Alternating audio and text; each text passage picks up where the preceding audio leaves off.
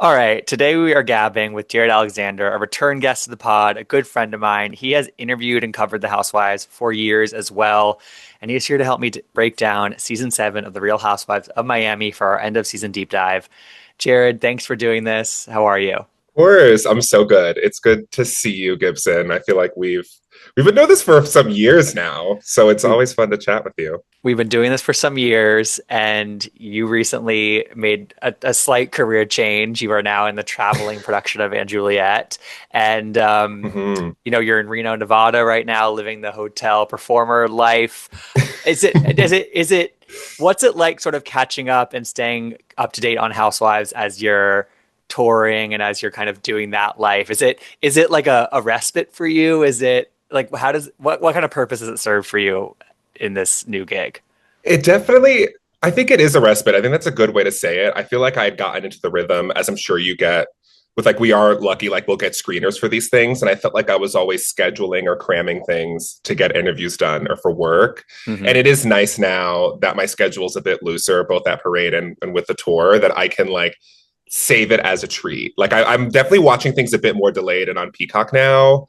Um, and it is kind of nice that I can just like savor it and then like digest it a bit, as opposed to feeling like I need to hustle to get Like a out my take up. Yeah, thoughts. exactly. Yeah. Yeah, but it's definitely it's fun to balance. And again, like the Bravo machine never stops, so it's not like I'm like I don't have anything to watch certainly right now. Yeah.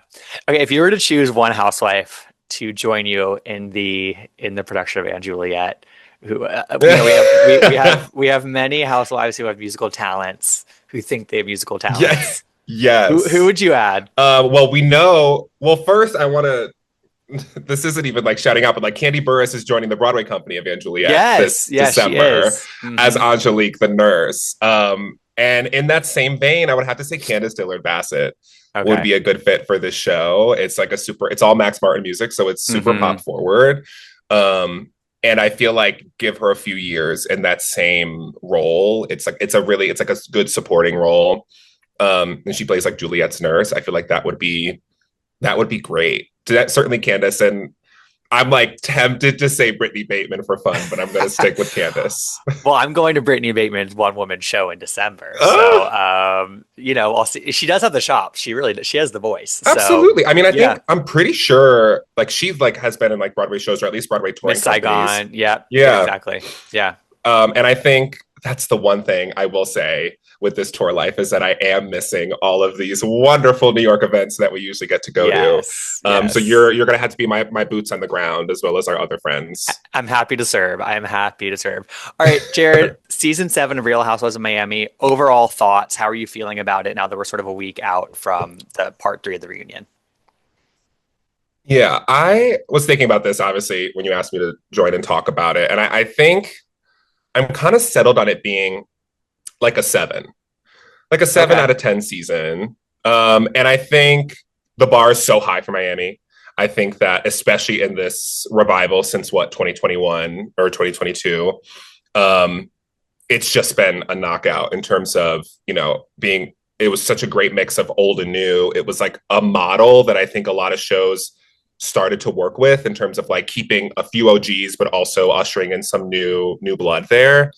And I think every show has like little hiccup seasons. And I don't think it's a bad season of Housewives at all, but I do think that it all felt a little disjointed to me in terms of the action that went off preseason. They had that huge break Mm-hmm.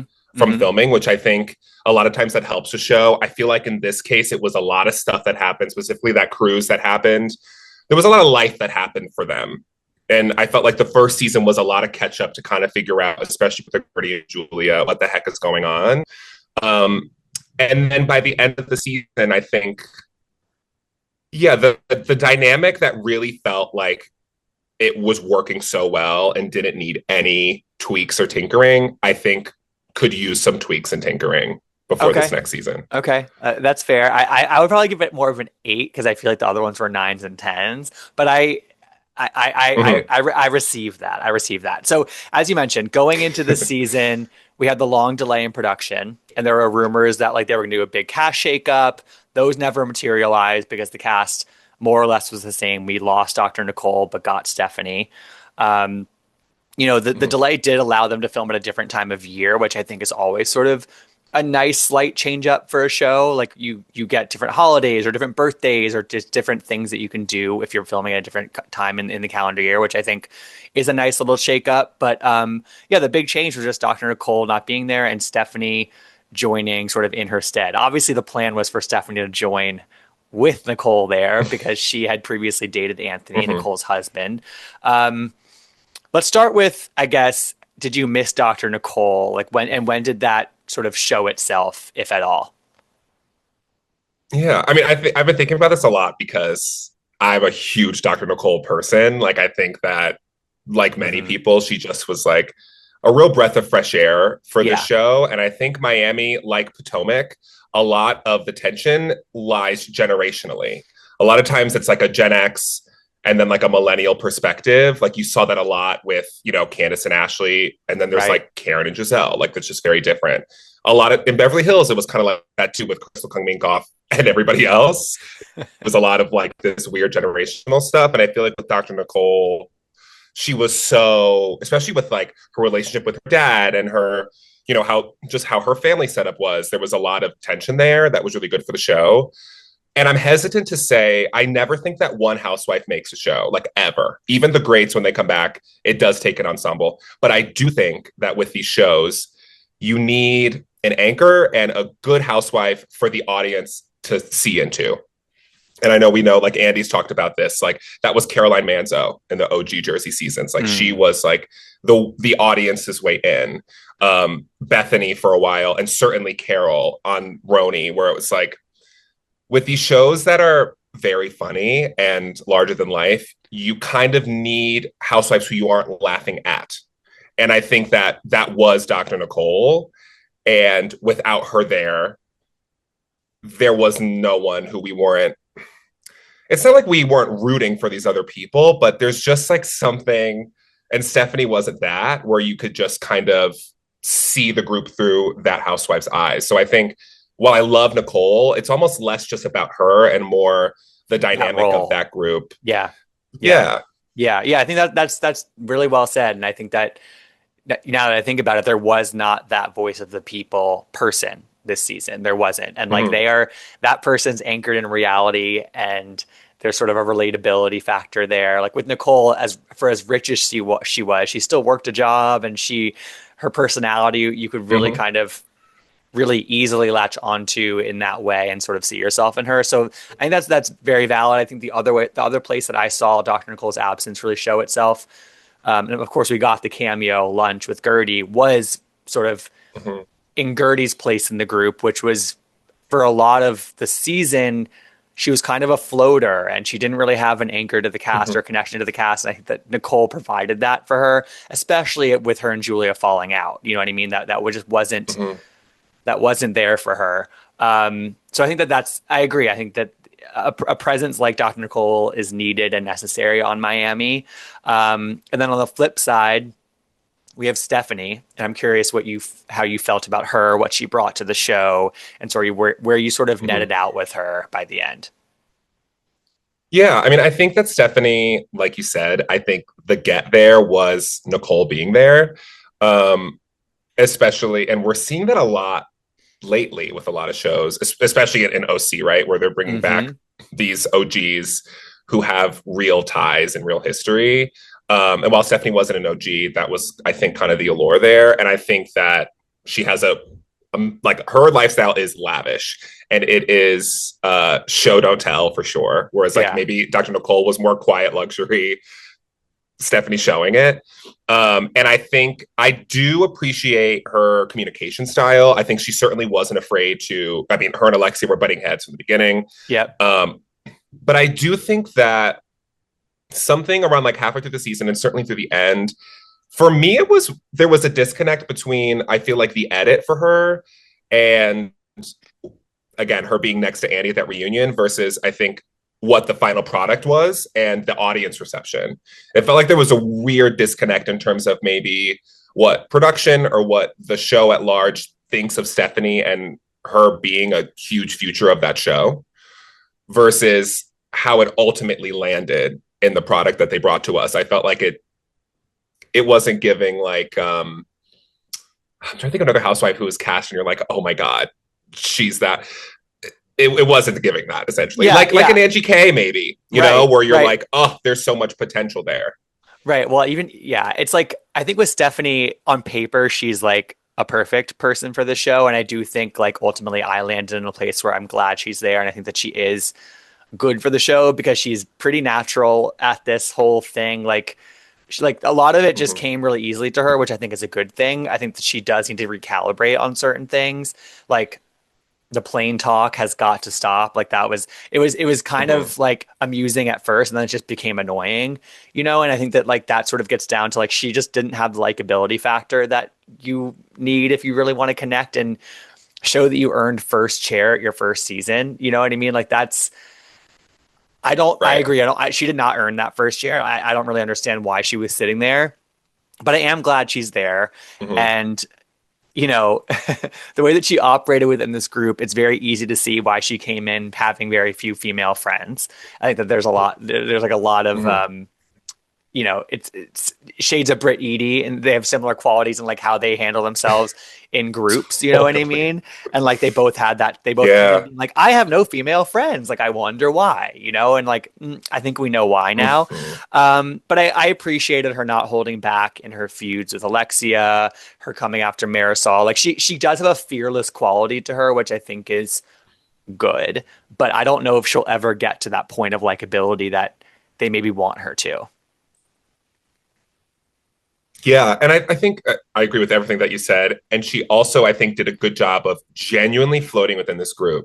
I think what made the reboot so strong, for as long as it was, and even now still, is that it was those two factions, right? And you just said it well with Gertie in this season. What was so tricky is that there really was a Nicole, Gertie, Julia, Adriana, Mm-hmm. basically, and Mm-hmm. then the rest of the OGs. And it was really split. Kind of like those last 3, 4 seasons of Jersey, where like it was a cast Totally. that really worked because those two sides were very clear.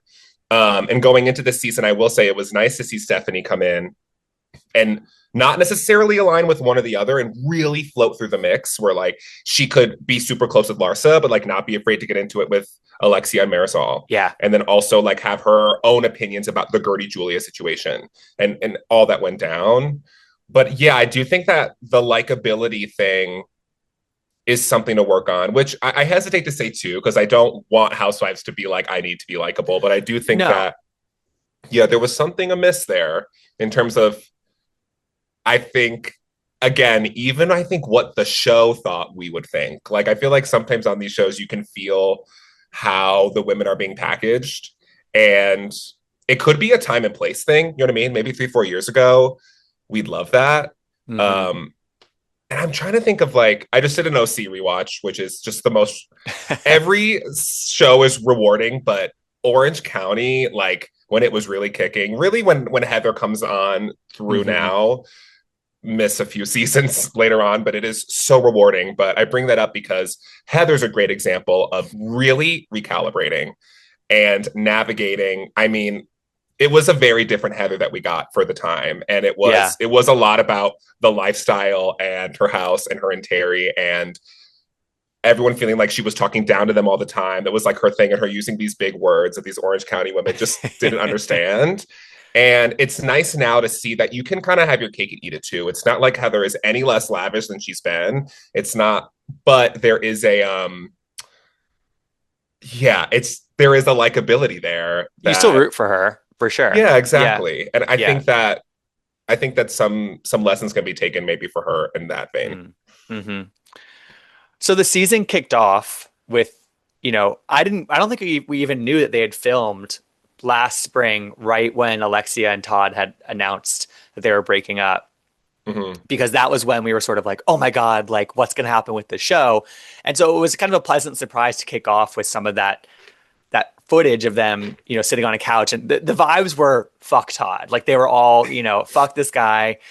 And then we have the really awkward jump through the summer, and all of a sudden, Alexia, it's a little less fuck Todd, or she Mm-hmm. might be fucking Todd, they might be hooking up, right? It's like it's unclear if they're back Yes. together, and there's sort of this weird, push and pull. And I think we ultimately net out, I'm pretty sure, with them not being together and them not sort Mhm. of being in contact or sleeping together now. But that sort of lasted all season.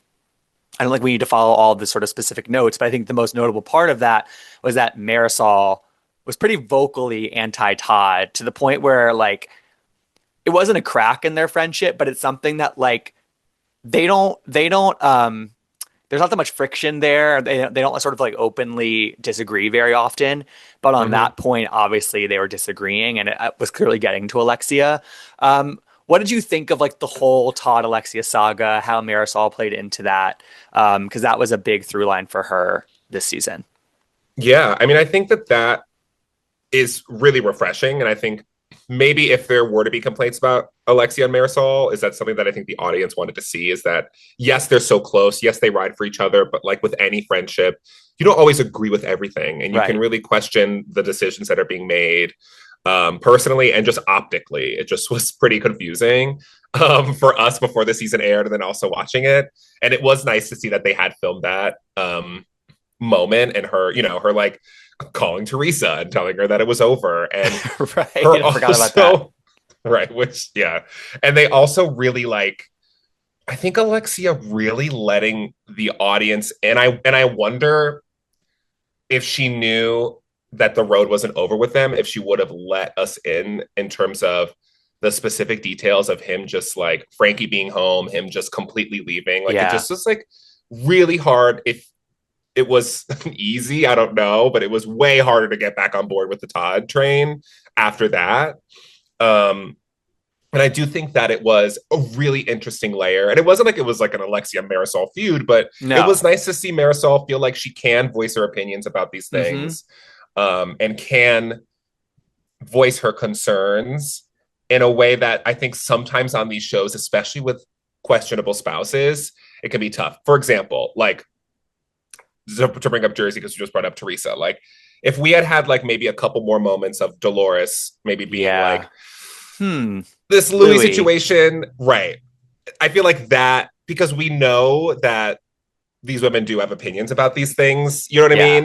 And I Yeah. feel like sometimes for the sake of alliance, we don't get to see that. So it was refreshing, and I do give Marisol props for that because, again, in a lot of other shows and a lot of other dynamics, we wouldn't see it. Especially because Alexia is so like Teresa, where she doesn't want to have anybody going against her in that way, Mm-hmm. and she's so almost in an endearing way. She's like so set on like having a fairy tale ending for herself. You know what I mean? Like Mm-hmm. that is what she wants. She wants that love bubble forever, and I think for yeah, just considering how she is for Marisol to voice that, and given the allegations of her being of Alexia being her mouthpiece, and Marisol never really wanting to say those things on her own, Mm-hmm. you do have to commend her for that. And so, and I think it's you think about other duos on other Housewives shows, is like Giselle and Robin, they never they never really let anything like that show. Like Giselle Mm-hmm. could have gone really anti-Juan and she never really did. Correct. You know what I mean? And so Correct. you do have to sort of hand it to them. I don't think they ever need to have a full falling out. I actually would not want to see that. But Mm-hmm. just having a little bit of, complication is good for friendships like this that feel impenetrable. Mm-hmm. Yeah. It doesn't have to be this World crazy shattering. Yeah, feud start exactly. like a Yeah. Tamara Like Vicky a Brooks yeah, situation. It yeah, doesn't yeah. have to be that. But it can just be like like seeing what's in front of you or just acknowledging Yeah. and letting us into that because I do think that that is important. And also, frankly, it was genuinely confusing, like the back and forth. Yeah, I don't and Todd now is suing Bravo. And so it's like there's that guy is bad news bears, and so I'm happy that Alexia has seemingly moved on for good. So the other Mm-hmm. thing that we kicked off with right away was this sort of weirdness between Julia and Gertie, and then also sort of simmering just below that to the side was the weirdness between her and Adriana. Mm-hmm. Um, and you mentioned the cruise thing. I don't really even want to. The cruise thing is confusing and like kind of irrelevant to me in a lot of ways. Like I just don't think we ever fully got like a full understanding of what that really was. It happened before the last reunion had taped. So like Mm-hmm. they were sitting on that. Like that so for them to bring that back up on both sides was just like what do we it just felt weird. But the thing that Mm-hmm. I thought was really more legitimate, sort of I guess on both sides of it, that they both got mad about was Julia had called all the girls to a Zoom call to share with them that she was adopting the two boys. Mhm. And Gertie signed on and there was a big delay, I guess. And then Gertie had to sign off and go somewhere else. And then Julia announces to the rest of the group, I'm adopting. Gertie texts her, or they text each other. I forget who initiated it. But Julia is essentially like, you'll find out tomorrow in People magazine and then so Mhm. that's how Gertie finds out. So that's sort of what I think really sort of kickstarts like the actual kind of you talked about the off season that happened in the off season, and we didn't get to Yeah. see that sort of fully happen. Um, but that's what kicks it off, and I guess that leads us directly to the water toss heard around the world, Mhm. Marisol's sixth wedding, whatever it was. Um, I don't even know Right. where to start here because this was like this sort of defined the show for the first half of the season. Um, Yeah. what were your sort of initial thoughts and how did those evolve as that went on? And because I think a lot at play here before you answer is like the audience response to this was a huge factor, I think, in a Mhm. lot of ways here. Mhm. Um, so what did you make of it? Yeah, I mean, I think to everything you just said, it all felt super convoluted to us even getting to that point.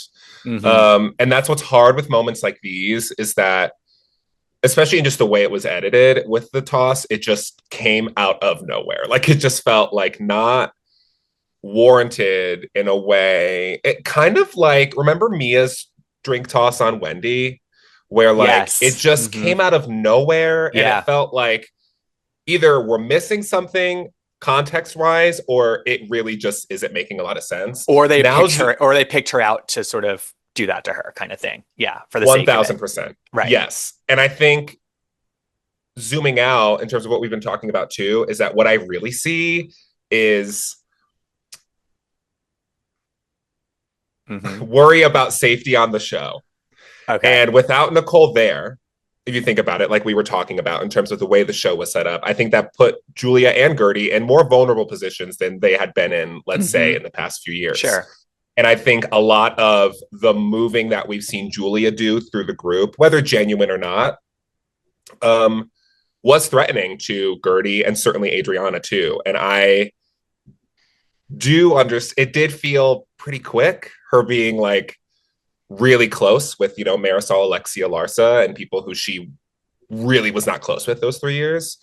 And not to say that like these shows don't evolve and you can't be close with those people, but I feel like that happening certainly added even more tension between Gertie and Julia when there Yeah. already were these weird miscommunications and that weird meeting thing. And I do think that in different ways, and I would love to hear your thoughts about this, I Hmm. do feel like both Julia and Gertie, and I've loved getting to interview them and I do enjoy them. I do feel like they both haven't necessarily 100% connected. Mm-mm. Um, Mm-mm. and so that puts us in this place of like, I think that the toss moment, especially with the audience reaction, A, it just made no sense. And B, Julia already just has never really connected in that way. Yeah. And neither has Gertie. And I think that while I do enjoy Gertie, I think sometimes the way that she deals with conflict, sometimes her reactions can be really jarring for a lot of the audience and it doesn't really connect. I think that there was no way to watch that and not feel like, what the fuck am I watching? Like, why Yeah. is this happening? Yeah. I think that the pointing out sort of the different group dynamics is important there. I think Julie and Alexia had sort of begun a friendship, I feel like last season, sort of after having a Mm-hmm. lot of back and forth between them. So that was sort of maybe more longer term, but the other one, and I think for Adriana too, the Marisol friendship was really what sort of like kind of ratcheted Mm-hmm. things up for them in terms of like Mm-hmm. what the phoniness potentially of like of these dynamics. But yeah, I think what I struggle with is that like the whole first half of the season, it's like this water toss happens. Gertie, is talking about how traumatic it was for her, and Mm-hmm. Kiki gets all this blame for like pulling her away when like I don't I thought that was unwarranted, to be honest. I thought that Kiki was like trying to step in and she wasn't blaming one person or the other necessarily. I just think that she was trying to be a good friend. And the way it was edited, like we didn't see a lot of the other women call out what Julia did. We Mm-hmm. find out later at the reunion that there actually were moments that Gertie saw herself that acknowledged, like from Larsa, where they were like, you shouldn't have done that. Mm-hmm. What Marisol's was more behind the scenes in the bathroom that she wouldn't have known about. But it kind of, it was, it kind of makes me feel like production like didn't think that this was going to be as big of a deal necessarily in terms of like the other women's reactions to it feeling like Mm-hmm. so under the microscope and stuff. But I think what I struggle with is that like that all happens during filming and Gertie and Julia move forward. They Mm-hmm. don't, I don't think she forgives her, but they move forward. They end up kissing in Spain, like to the point where like they're very much, they're more than coexisting, I would say. Mm-hmm. And during the season airing, because the fan reaction was so strong, I kind of think that Gertie sort of leaned into that in some ways Mm-hmm. and like fanned the flames. And she was like posting tweets on her grid on Instagram that were like pro Gertie. And like she's every right to do that. But the other Mm-hmm. the other cast members don't do stuff like that very much. Yeah. And that's when Alexia always talks about like how Gertie is on social media and can sort of, just be a little bit more activated there than they are. And I think that that also sort of isolates her because they don't like that. You can tell. Like I think Mm-hmm. that they do not like that kind of behavior, and it because it also fans the flames against them.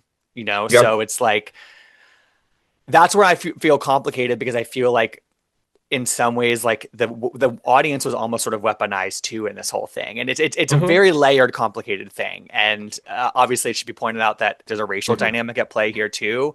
So it's all very complicated, but I felt myself sort of like on that roller coaster as a Mm-hmm. viewer, kind of unsure what to think at various points throughout the whole thing. Mm-hmm. I'm just rambling now, but Absolutely. No, I'm 100% with you. And I think that, again, I think both of them just didn't and don't have good faith with the audience in yeah, general. you're right. You're right. And I think that's what's tough. It's not like Julia is this beloved housewife that like should she do this, you'd be like, oh gosh, that was bad, but like, oh my God, how iconic. Hmm. It wasn't giving that. It was, and there absolutely is a racial It dynamic was at giving play. desperate. Yeah. Yes, and but I do think too that there's I don't want to take away the fact that, like, I'm sure rewatching something, I feel like housewives say this all the time. And when you watch it again and things get brought up, it can Hmm. be even more intense. But we've had moments like this, and we don't see them make up by the end of the season, certainly in this way. I mean, it's not like, Margaret and Danielle Staub were like skipping down the street in the hair pull season. It was like There's that happened, certainly they not. didn't talk, then it aired Your again. It husband's in was the pool. Yeah, exactly. exactly, it was done. So I feel like with that, it's just like, I don't want to take away the fact that like absolutely watching it again, and I'm sure with the audience reaction to it, it does make you see things differently, and you Yeah, can you're see right. maybe Hmm. moments that you felt like your cast didn't have your back, or in ways in which you feel like Nicole would have.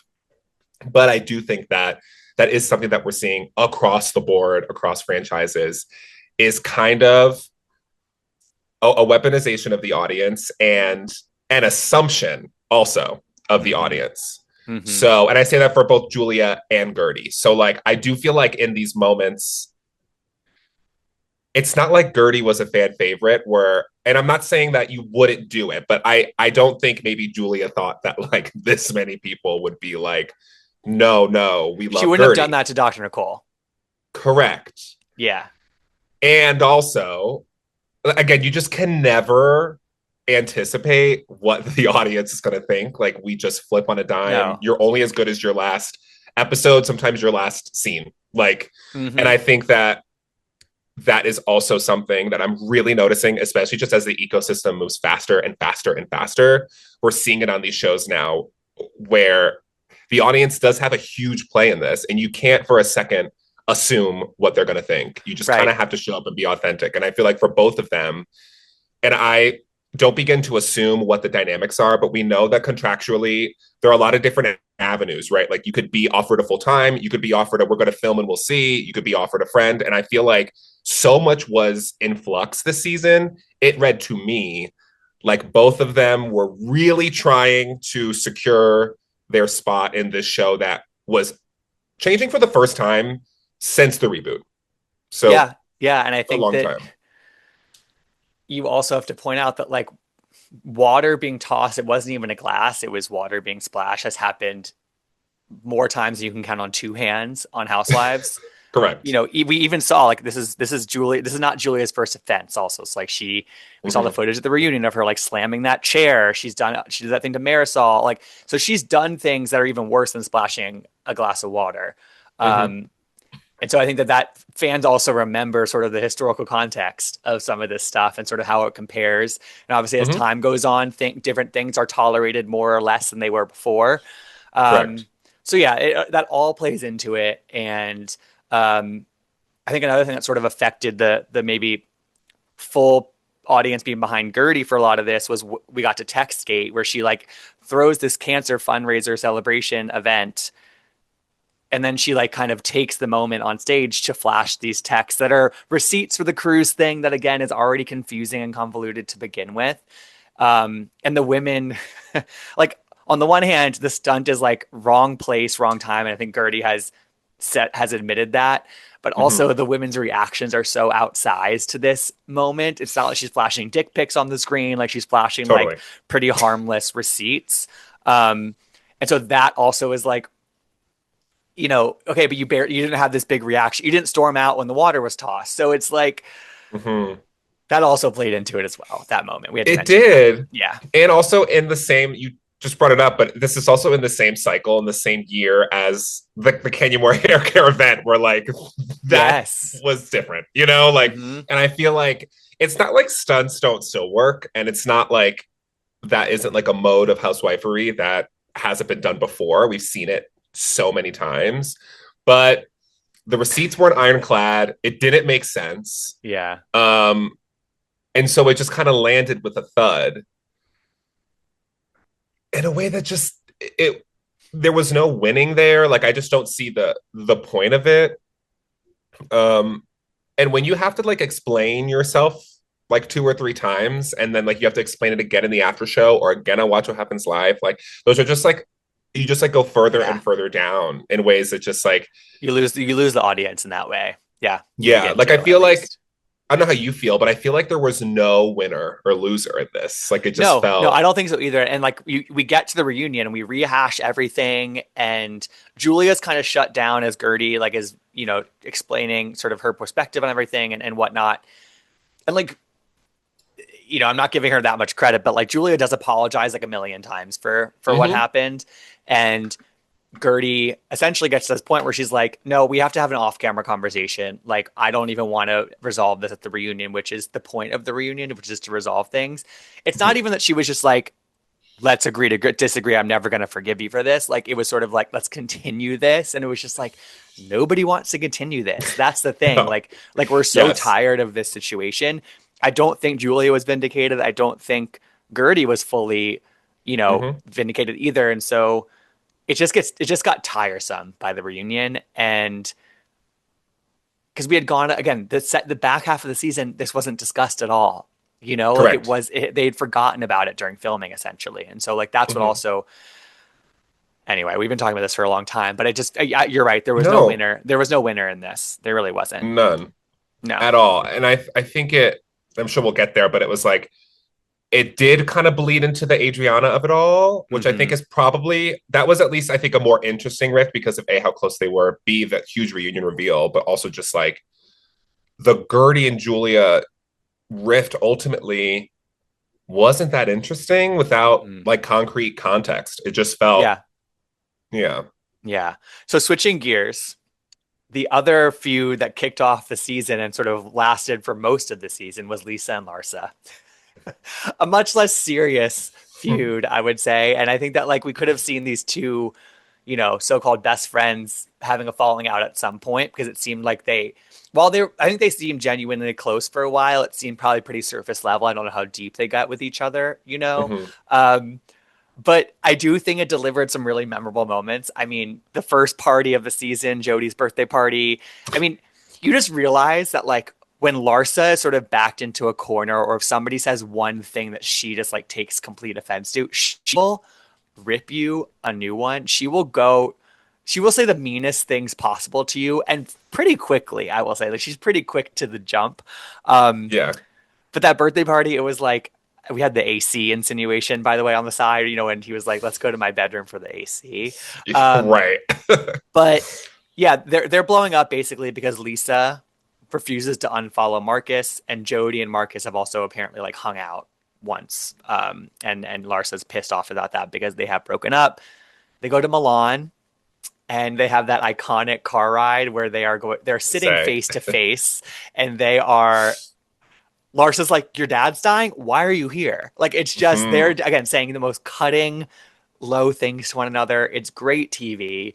Um, Lisa accuses Larsa of tipping off the paparazzi against Marcus when those pictures came out of him doing coke in France.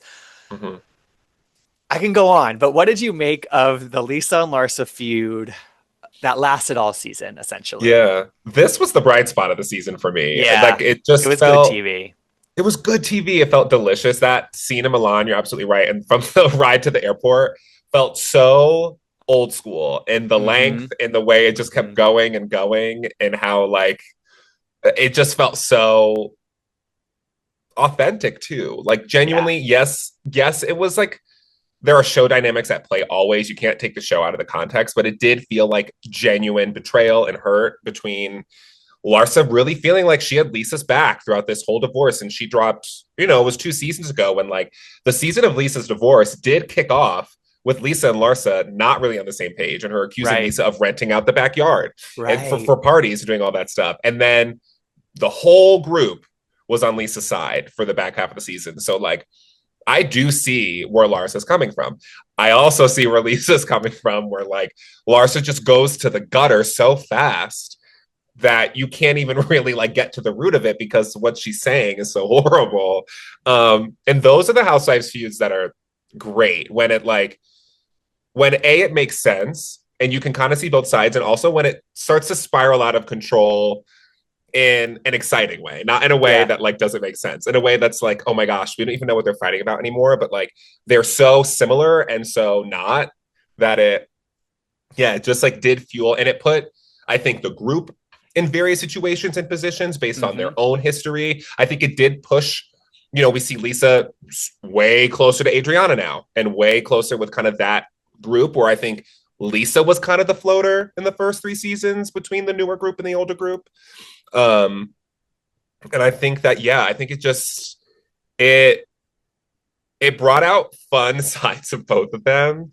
And I love a feud where it doesn't feel that serious No, or moral to pick a side. no, And no. I It's feel like like, it's like yeah, Lisa wouldn't unfollow Marcus. Like that's like yeah, like you should as a friend you probably should unfollow the ex, but like yes, that's not like some huge monumental betrayal in terms of what she actually did. And that's yeah, it's yeah, the stakes were low. And I also think that I think it reminded the audience because I think Lisa is one of those people who you almost like take for granted in some ways. Like she's been through a lot on the show. She joined really mm-hmm, young, but she's been really a stalwart of the show since the beginning since the beginning. And she just is somebody who you root for. I think we all root for Lisa to mm-hmm, like just succeed. And so I think a lot of people were sort of siding with her also because Larsa is Larsa and the mm-hmm, audience feels she's one of the probably most divisive people on Bravo, I would say.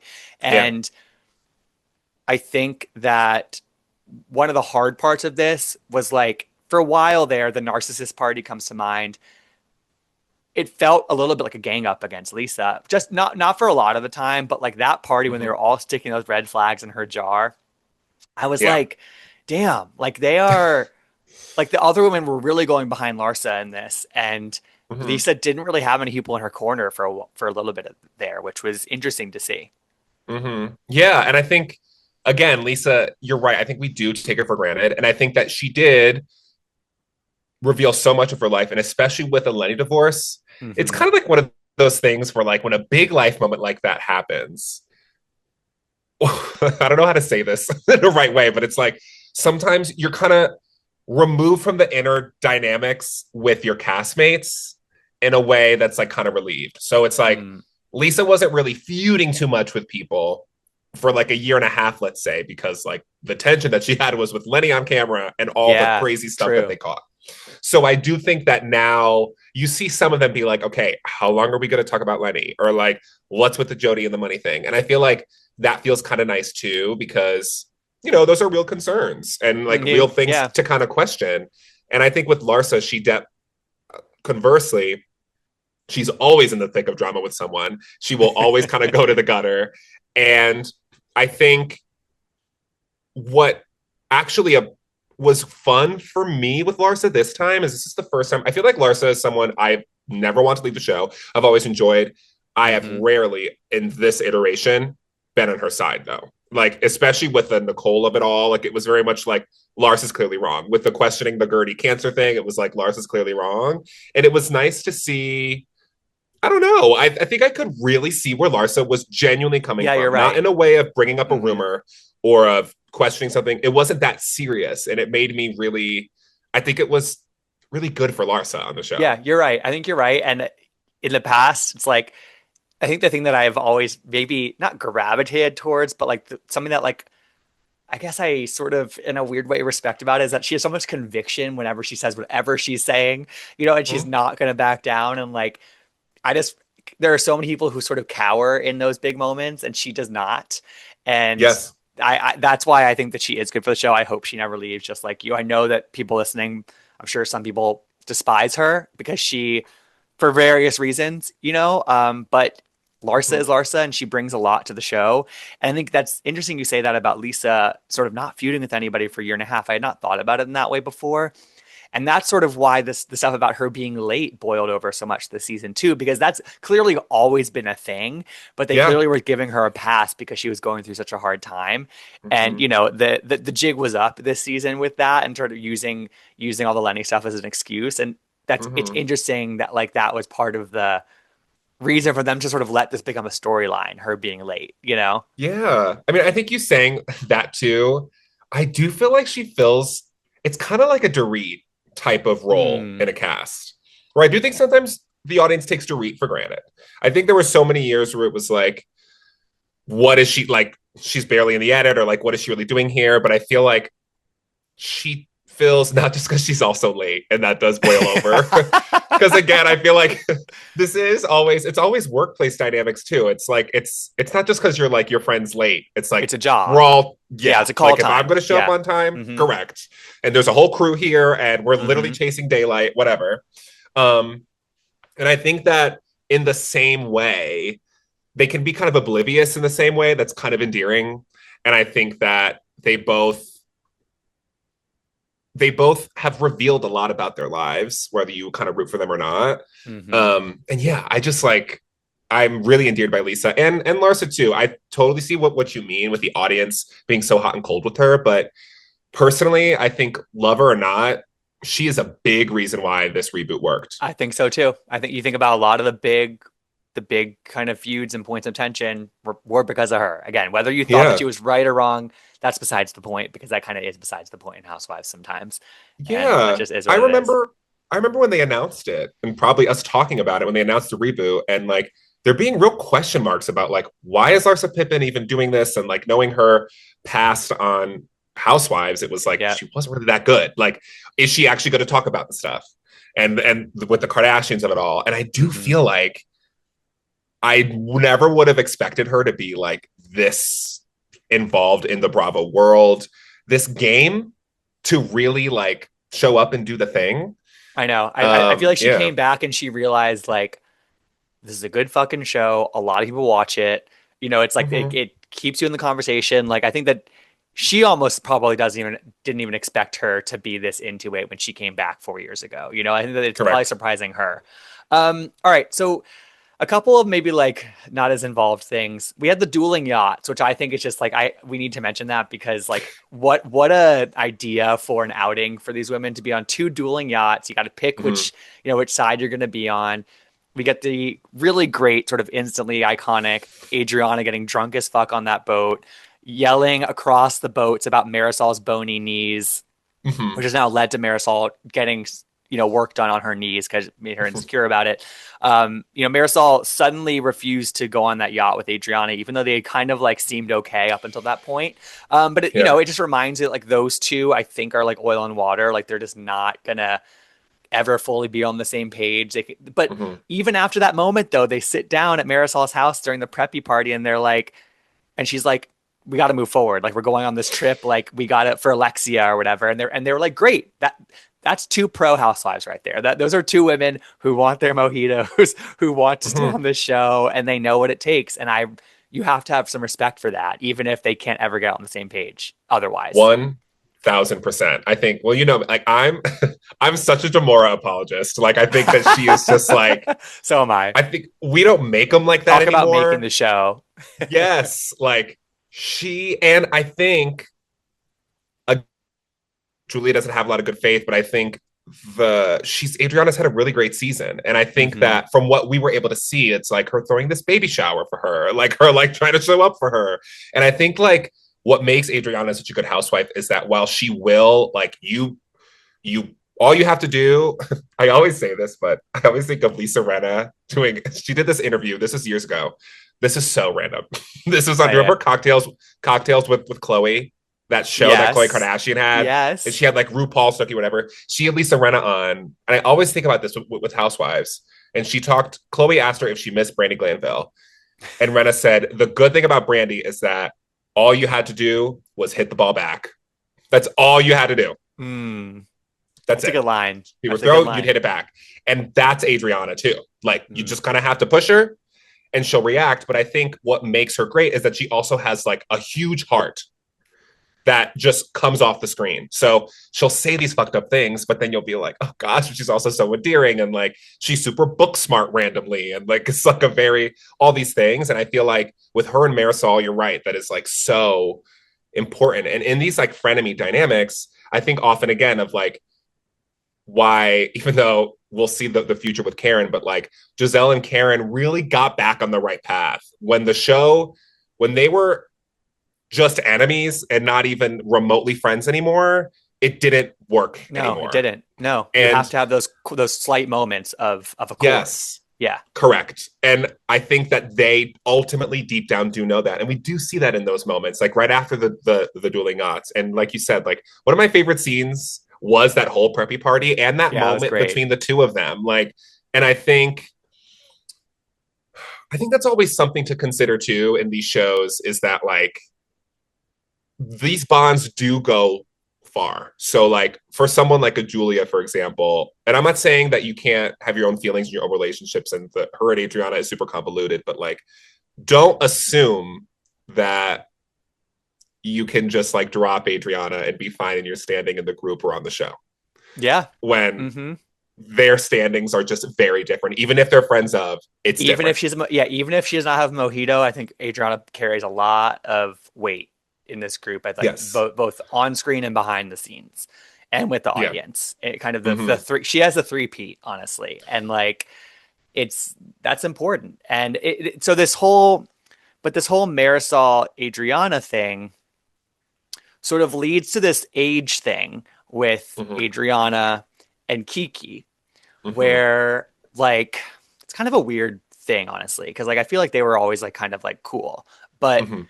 you know, they have this thing at dinner where Adriana, it sounds like she calls Kiki Ratchet. Mm-hmm. Kiki goes, "You're too old to be talking like that." Mm-hmm. Later on, she's like, "Wait, that's not the word I meant to use. I meant to say wretched." And it just Mm-hmm. came out wrong. So Mm-hmm. they Kiki accepts that. They move forward. Then on the cruise, Kiki does the whole thing with the cake, where there's the math problem that leads up to Adriana's new age for her birthday. Mm-hmm. She takes offense to it. It comes out that it's Kiki who did that. And then I think Adriana had what I think is her by far her worst moment of the entire season. She brings Mm-hmm. in her black friend to be like, Mm-hmm. tell Kiki I wasn't being racist.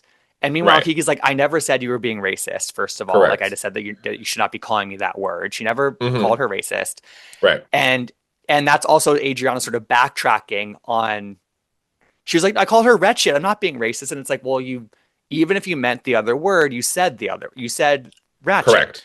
Right. And last thing about this is that at the finale, Marisol comes out and says, it's actually my idea that she used the wretched cover up Mm-hmm. because, we were talking in a hotel room and I was like, you can say you meant to say wretched. And I think that was sort of Marisol she was helping Adriana figure it out. I don't think she gave her the idea. I think Adriana sort of Right. genuinely meant to say that word, Yeah. but Adriana, I mean, but Marisol did provide her with the light bulb moment. Um, Hmm. that's a lot of ground setting, but there was kind of a weird thing that happened there. What did you make of the Kiki Adriana situation? Because it was a weird one to me. It was so weird and out of nowhere. Definitely, you're right. Like Adriana's worst moment for sure was that, especially just like to ever do that is so It was stupid. so like yeah, it was And also just like, like did you not? I don't know. Like has she not learned yeah, anything? right. That was And you didn't, bizarre. it didn't need to happen. And I do think that like there is an interesting layer, especially with these OGs on Miami. It does feel like old Roni, where like Mm, the hmm aging thing I think really does resonate in terms of hmm like where you're at with your life and if you are single or not and the things that you're wrestling with and your own insecurities and how they're way more similar, Marisol and Adriana, and how they're insecure with these things and they are different. Um, but yeah, the Kiki of it all, I feel like this happens a lot, and I love Kiki. I don't know if it's like the amount of the edit that she gets, but it always does feel like her moments, it always just feels so out of nowhere. And Yeah. I don't know if it's because we're missing other context of like her dynamics within the group. And then we get to these moments like halfway or later in the season where you're like, whoa, like why did they just get into it like that? Um, but yeah, it just was like odd It and was odd. weird. Yeah, yeah. I think you're right. I think they're clearly giving Kiki more airtime, Mm-hmm, because and that's the response to the audience really liking her for the last couple seasons. mm-hmm, But a lot of that's for her personal storyline, which I think is great. And I'm glad we saw a lot of that stuff with her dad and finding out that she has like another brother that she had no idea about, like that, and having to pay for people back in Haiti. Like all of that was really great sort of color to add to Kiki's story so that she's not just sort of like the funny one on the side. It was really yep, important to get that. But you're right, we're missing some of the context of her actual friendships with these women and sort of what the realities of those are. Because like even thinking of it, it's like I always thought that her and Lisa were super close, but I guess like they were only close because of Larsa, maybe. right. Um, and yeah, so I think that was definitely like kind of confusing. But that's an easy thing for them to figure out maybe for another season. It's like, just give more context, I guess, to where these things are coming from. Yeah, absolutely. And I think, yeah, the season overall, there was, like we've talked about, there was that weird break. It did feel like a show in flux a bit, even though we Hmm only had one person leave and one person come in. It did just feel like they were trying to figure out what they were working with. And I think for a show that has been honestly kind of no notes, it's earned a season like that to kind of figure it Right. out. Yeah, you're right. And especially when you do have that prolonged break, some of these people are real life friends, some of these people are friends for the show, and that's just the reality of Housewives in Yeah. 2025. But when you have that extended break, there's literally like they're probably not talking to each other that much too. So that's also sort of feeding into this. Um, Mm-hmm. we have the whole Spain trip. I feel like we've touched on most of like the sort of big things from that trip. There was the whole Marbella thing where like Mm-hmm. I did think it was interesting that Alexia and Marisol are the ones who decided last minute not to go meet the godfather of Julia's sons. And then Adriana's the one that got passed over for that title.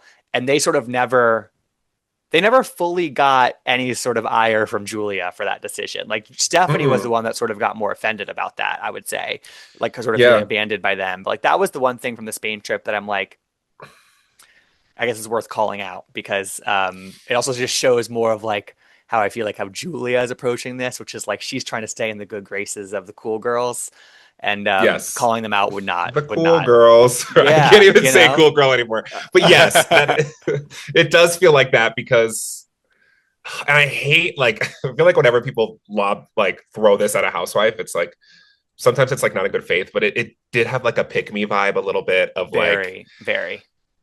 and it's just frustrating when that happens when the dynamics are so clear from the beginning. And again, it's not like you can't grow into a friendship, but it's like I'll say Jackie Goldschneider, similar, where it's just like Hmm so sudden and you're like, ugh, it Yeah, just it's like so kind of makes your obvious. skin crawl a little bit. Yeah, it's just not it it's never going to read well. And again, that's not to say that you can't grow in friendships but it just felt very and that was a perfect example of like where was any energy towards them?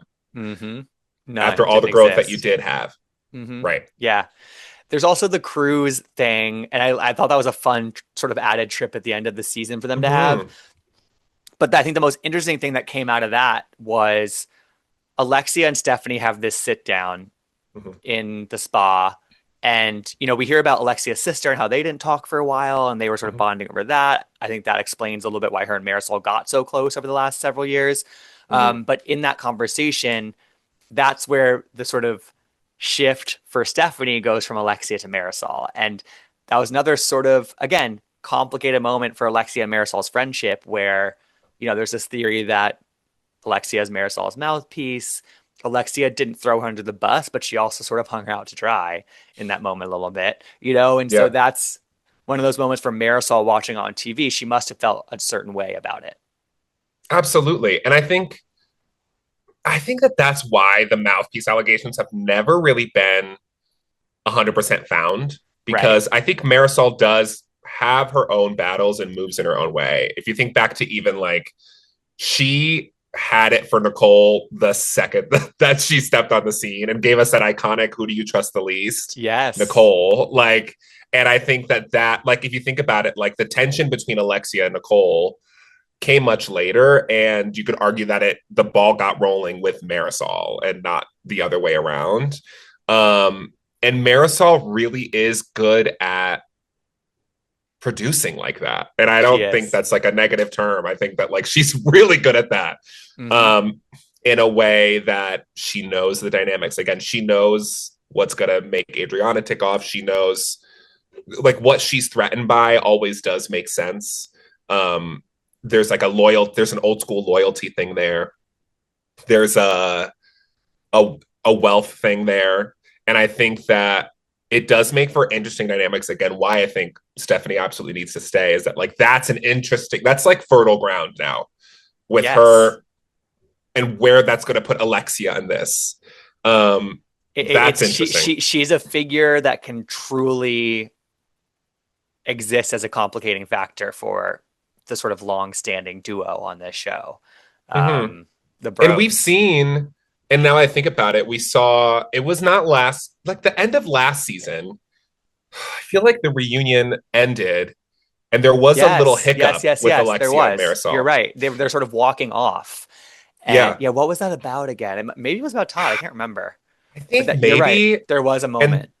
yeah, and then we also saw on their Ultimate Girls Trip season, like it's never like all 100%. Like there is some tension there in a sisterly way, and in a Hmm. way, I think that sometimes I think there's an exhaustion with both of them for defending them all the time and for having their back all the time. Yeah. Um, and yeah, I think that like Hmm. that's really interesting moving forward if they can like hone in on that. Hmm. All right. So the finale party. This is sort of the last big thing because it's going to take us directly to the reunion. Mm-hmm. Adriana and Julia's blow up at the finale party. That happens. Clearly things were not going to stay. I mean, clearly things were going to erupt at some point between them. Mm-hmm. And it leads us to the reunion when, again, Julia's sort of quiet for a lot of the reunion. We're hammering out the Gertie thing and then it sort of shifts to Adriana. And Julia is like, there's something that everybody should know that is going to really explain some of this. We slept together in the Hamptons. Yeah. And they had fooled around at the Versace mansion as well, according to Julia. And as Andy said, all hell broke loose at that reunion. It was going to be a two-parter. It became a three-parter just because of that. I mean, most of part Mm-hmm. two was all about that Mm-hmm. thing. Um, it gives us, you were sleeping with the Haitian mortician in a motel. You had to buy him a coffee maker. You were also fucking a cop. Yes. It was the Julia knocked on that door and Adriana let the floodgates open and she had it coming. You know what I mean? Like she really, really Yes. did. And I mean, Haitian Mortician, instant canon, instant, just like iconic reunion moment. It sort of reminds me of how Potomac last year had a fine season, but they had an amazing, amazing reunion with a big reveal. Similar Correct. vibes here, where it's like, and again, that was going to be a two-parter. Similar vibes here. We had a good season, not an amazing season, a huge reveal at this reunion. And you know what? I believe a lot of it. Yeah. And Wow, what a moment. What a moment indeed. Like it really is. You're right. It's so good to compare it to Potomac too, because you're right. It was an okay season. And then the reunion with that reveal and also the other dynamics too. I'll shout out like the whole reunion as a whole with the Lisa Larsa, with other things too Yes, were and they great. made Just up. like, Yep. right. Just like, you know, Giselle's one of her best moments was her and Mia last reunion, where Yeah. like Uh-huh. she just ate it up. And I think that with this reveal, and again, Adriana, they just don't make them like this anymore. And it's very Tamra Judge like, where Julia's playing checkers and Adriana's playing chess. Like, Mm-hmm. if you're going to come with this bomb, get ready because it's going to come so fast at you. Like, girl, like, did you forget we were close for 4 years and you were telling me everything that was happening in your life? Like, come Yes. on. And like Tamra, there is no like stone unturned there. She Mm-mm. will hang you out to dry. And she has a good fucking memory. Uh-huh. Yes. And that's what's so like you can't. And I could see like, I get why I guess Julia being like, you know what? This is it. I'm finally going to say this. But if you're going to say it, then you have to be ready for what's Mm-hmm. going to come at you. And she wasn't And ready. she wasn't. And I think Adriana really got the W, especially in that last part, because she just ate her up. There's got to no She way to did. say it. She did. And She it really was, did. yes, and it was thrilling in a way that was just like, oh, like it did. It felt like, um, it felt like Alexis and Tamara. What did she say about you dropped your baby in the stroller at the Oh pool? my It's just God. like moments like that where you're like, oh my God. But like Yeah, if you're it's gonna jaw drop. knock, Mm-hmm. they're gonna say it. Like, and I Yeah. think that like again, that is why she is so good at this. And like those are the reality stars. That's like Lindsay Hubbard's another example of like they don't make them like that anymore. Like Mm-hmm. if you're gonna there will be If you're gonna if you're skeletons gonna there. if you're gonna take a shot at this bee, you better not miss. You know? Correct. And Exactly. I think what's sort of dually interesting about the Julia reveal is that on the one hand, I guess it does inform what their friendship has been and maybe what the hurt is there, of Mm-hmm. course. But it's also a way for her to secure another season for herself because I think a lot of Correct. people, including myself, like didn't really need her back. But Mm-hmm. like you can envision a lot of season 8 being sort of the fallout from this and the follow Mm-hmm. up to this and the rebuilding of this, or if that exists. You know, how Mm-hmm. did this impact her marriage with Martina? Because she gave Martina the heads up, but I don't think she gave Martina a heads up about all this, you know? Correct. And also giving Martina a heads up is one thing. Having it be aired out on TV without Martina knowing it's going to be aired out on TV from Adriana's side is a whole other thing. And so like it does, I think, secure Julia another season, whether he will want to admit that or not. Mm-hmm. So Julia, you know, again, she has not ever been fully ingratiated with the fan base, but Mm-mm. she's pretty good at reunions in that she has almost always had like a moment at a reunion. Like I remember her Yeah. first or second one, she had like we heard a lot about her backstory, and there was this big emotional moment Mm-hmm. where she kind of came forward with a lot of it. She was She next to knows, Andy. yeah, she kind of knows how to do that in a way that is Mm-hmm. slightly savvy. Again, she's still playing checkers, but she knows what she's Mm-hmm. doing by revealing that. Yeah. And I think that I also forgot too. I think that she also lost a lot of faith in the audience with Martina's comments about surrogacy and that whole thing Definitely. too. And That just you being can transphobic in general. Yeah. correct. And I think she did a decent job even navigating that. Like I watch what happens live. Like I think that she's someone who she was a model. Like it's not like she's not new to a public life. Maybe not at this scale Mm-hmm. or in this format, but I do think that it did give her some sort of life raft Yeah, I think um, so too. for the show, and also it did give Adriana a great moment for her to Yeah, keep going too. keep And I going. think it was that's what it was just so thrilling. It really was. There's no other way to say And I it. feel like, again, we got some Lisa and Larsa reconciliation at the end. We got a couple other good moments, but Mhm. that's really kind of the notable reunion situation right here. So, are there any other lingering thoughts about the reunion or the season that we have not touched on? We obviously can't cover everything, but I feel like we've Yeah. hit most of the big notes. No, I think we hit it. We hit Okay, it all. I'm so curious to see going forward. Yeah, and scheduling so topsy-turvy these days. I hope we don't have that long of a break. I do think it would be healthy for the show if some changes were made. What changes would Um, you make if you were in charge? Not to go back to this, but like I do think, and I know that like the door is always open for her, like that's very clear, but like a Nicole return, I hope is imminent at some point. It does seem like from like clips I've seen of her podcast with Dr. Tiffany, um, it does seem like the show as it was maybe wasn't the healthiest for her. Like I do think Hmm. that like with a lot of housewife exits, I think that hers and her talking about her postpartum and where she was at, it felt so genuine and Yeah, I legit. agree. And it was also clear that she left on her own accord, which we know is very rare. Um, but I do think that, like, again, I think we need someone who we aren't laughing at, or we aren't, someone we can kind of root for. And I think with Stephanie there, and they've also been not playing nice, but have been like they've like commented back and forth with each other on social media. I think it was either Gertie's birthday or something. They were Yeah, together you're there. right. Like I do Yeah. think that like there's something there. Um, what would I do casting wise? I think that it's tough with Gertie and Julia in general. Well, I do think that with this Adriana moment, there's more room for her there.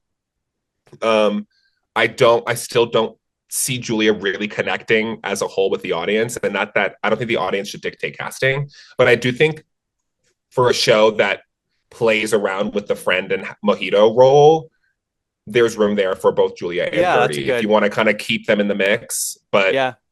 we need some sort of fresher dynamic there.